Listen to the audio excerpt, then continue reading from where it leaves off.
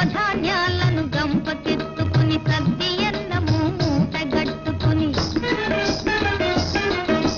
నవధాన్యాలను గంపకెత్తుకుని సద్ది అన్నము మూటగట్టుకుని ముల్లు గర్రను చేతబట్టుకుని ఇల్లాలను నీ వెంట పెట్టుకుని ఏరువాక సాగారో రన్నో చిన్నన్న నీ కష్టమంతా తీరును రన్నో చిన్నన్న.